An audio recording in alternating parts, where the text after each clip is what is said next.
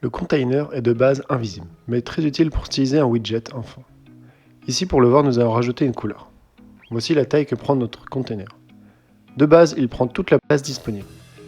Et en lui rajoutant un child, ici un texte, il s'adapte à celui-ci. Réglons le padding qui permet de rajouter de l'espace entre les bords du container et son widget enfant, notre texte.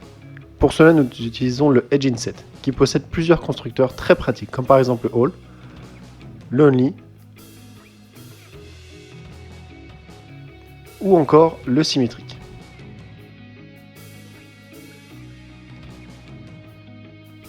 Ensuite, alignons notre texte dans le container en haut à droite. Comme le conteneur n'a pas de taille fixe, pour l'alignement, il se réfère au widget parent, ici le body. Si nous fixons la taille du conteneur en lui définissant une width et une height, l'alignement se fera par rapport à la taille du conteneur.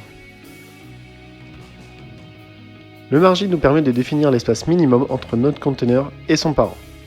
Ici, on fixe un espacement en haut. Le paramètre décoration permet de styliser notre conteneur. Nous avons par exemple le Flutter Logo Décoration. Pour utiliser une décoration, on doit retirer notre couleur car celle-ci sera définie dans la décoration. Le Flutter Logo Décoration affiche le logo Flutter tout simplement. Le Shape Décoration permet d'avoir plusieurs bordures par exemple.